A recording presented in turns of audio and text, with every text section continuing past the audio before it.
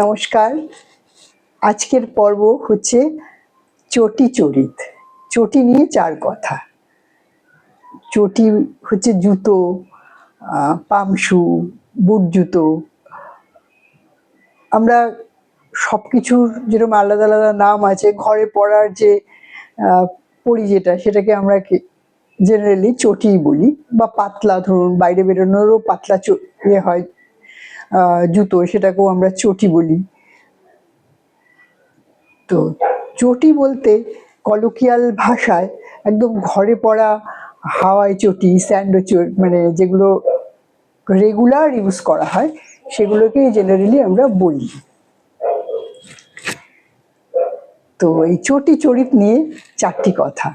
আমার এই ভিডিওটি যদি কারোর ভালো না লাগে বা কারোর যদি কোনো বিষয়ে আঘাত লাগে আমার কথায়, তাহলে প্রথমেই বলছি নিজ গুণে ক্ষমা করে দেবেন। আর জেনারেলি সমস্ত ভিডিওতে আমি বলি যে আপনাদের মূল্যবান মতামত আপনারা জানাবেন, আপনারা কি ভাবছেন। অবশ্যই ইচ্ছে হলে অবশ্যই লিখবেন, সে বিষয়ে কোনো পাবন্ধি নেই। আর আমি আজ যে ভিডিওটা করছি এটা একান্তই আমার ব্যক্তিগত অভিমত, এবং ব্যক্তিগতভাবে আমি যেগুলো নিরীক্ষণ করেছি সেগুলো নিয়েই কথা। তো ব্যক্তিগত অভিজ্ঞতা বা ব্যক্তিগত অনুভূতি ইন্ডিভিজুয়াল প্রত্যেকের আলাদা হয়, সেটা আমি প্রত্যেককে সম্মান দিয়েই এই ভিডিওটা করছি। কাউকে অসম্মানিত করার জন্য নয়, বা যারা এই ধরনের কথাবার্তায় বিশেষভাবে অভ্যস্ত তাদেরও বিরুদ্ধে কোনো কথা বলার জন্য এই ভিডিও না। ভিডিওটার ইন্ট্রোডাকশনটা এই জন্যই বড় করছি, যেহেতু চটি নিয়ে চার কথা।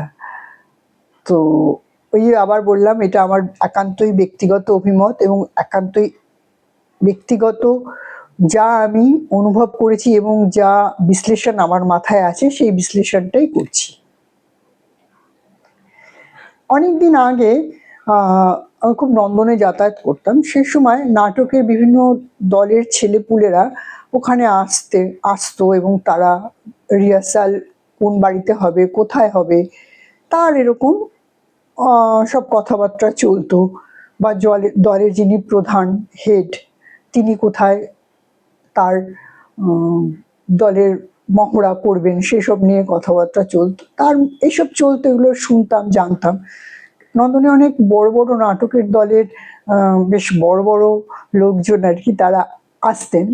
সেই দলে কম বেশি আমিও, মানে আমি নাটকের দলে না, মানে ওই আড্ডাতে অনেক থেকেছি কোনো এক সময়। তো একদিন একটি মেয়ে এসে বলছে, জানিস, কোনো একটি নাটকের দলের নাম আমি উল্লেখ করব না এখানে,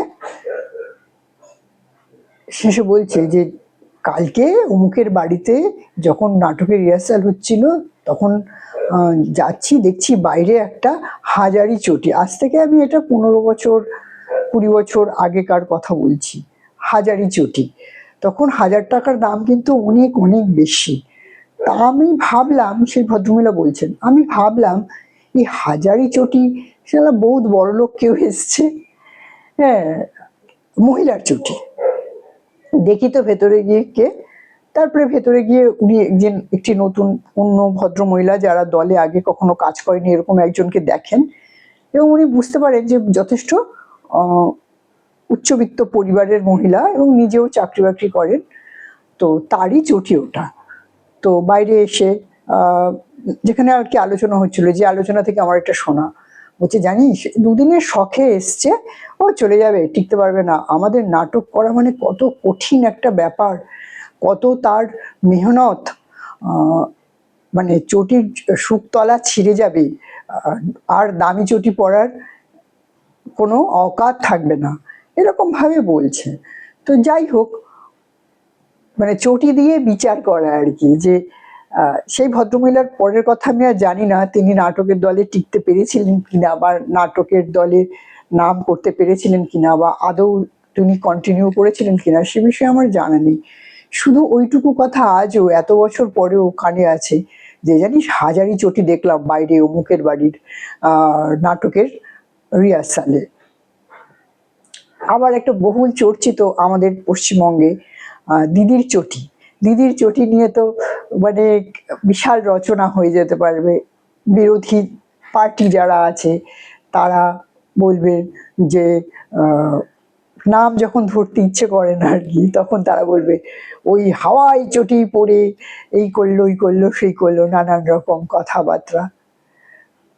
আবার ধরুন যারা খুব সমাজে যাদেরকে মানে কি বলবো মাথা টাইপের আর কি, কি বলবো বুদ্ধিজীবী, তারা যখন ওনার নাম করতে চান না বা ওনাকে অপছন্দ করেন, তখন অথচ কোনো উপায় নেই, জানেন যে উনি এখন আমাদের মুখ্যমন্ত্রী এবং পরবর্তীকালে মনে মনে এটাও ভাবেন যে পরের নির্বাচনে উনি আমাদের মুখ্যমন্ত্রীই থাকবেন। তখন উনি বলেন যে পরের ইয়েতেও মানে পরের যখন মুখ্যমন্ত্রী নির্বাচন হবে তখন আবার নবান্ন দখল করবে হাওয়াই চটি। আমি একটা কথা বলতে, এটা নিশ্চয়ই সম্মানার্থক ভাবে কথাগুলো বলে না, এগুলো ব্যঙ্গার্থক ভাবেই বলে। যারা বলেন তাদের রুচি, তাদের ইচ্ছে, তাদের মানসিকতা তখন সেই মুহূর্তে যেমন থাকে তেমনই বলে। এই ভদ্রমহিলা ইচ্ছে করলেই কি একটা পাম্প শু পড়তে পারেন না? পারেন পড়তে। বা হান্টস পাপিস পরার কি ওনার অর্থনৈতিক সামর্থ্য নেই? নিশ্চয়ই আছে। তাও উনি হাওয়াই চটিটাই পরেন। তার কারণ আমি আমার মতো করে বিশ্লেষণ করেছি। এটা কোনো রাজনৈতিক ভিডিও নয়, আমি একজন মানুষ এবং আমার মার বয়সী একজন ভদ্রমহিলা, তাকে বিশ্লেষণ করছি। আমি কিন্তু মুখ্যমন্ত্রীকে বিশ্লেষণ করছি না। আমরা হাওয়াই চটি কখন পরি? আমরা হাওয়াই চটি তখন পরি যখন আমরা ঘরে থাকি, ঘরের আবহাওয়ার মধ্যে চলাফেরা করি কমফোর্ট ফিল করার জন্য। তো আমাদের ঘরগুলো একটু ধরুন এই 800-900 স্কোয়ার ফিটের ছোট্ট ফ্ল্যাট, বা কারোর একটু বাড়ি, বা নিদেন পক্ষে আমরা আমাদের দোতলা বাড়ি থেকে নিচে যখন নেমে আসি বাগানে কাজকর্ম করি, তখন আমরা হাওয়াই চটি পরি। এই ভদ্রমহিলা, আমি আমার মতো করে ব্যাখ্যা করছি, এই ভদ্রমহিলা তার ঘরটা হচ্ছে অনেক বড়, এই পুরো পশ্চিমবঙ্গটাই তার ঘর, এবং সেই পশ্চিমবঙ্গের সব জায়গায় উনি খুব কমফোর্ট ফিল করেন, এবং কমফোর্ট ফিল করেন বলেই উনি হাওয়াই চটি পরে ঘোরেন।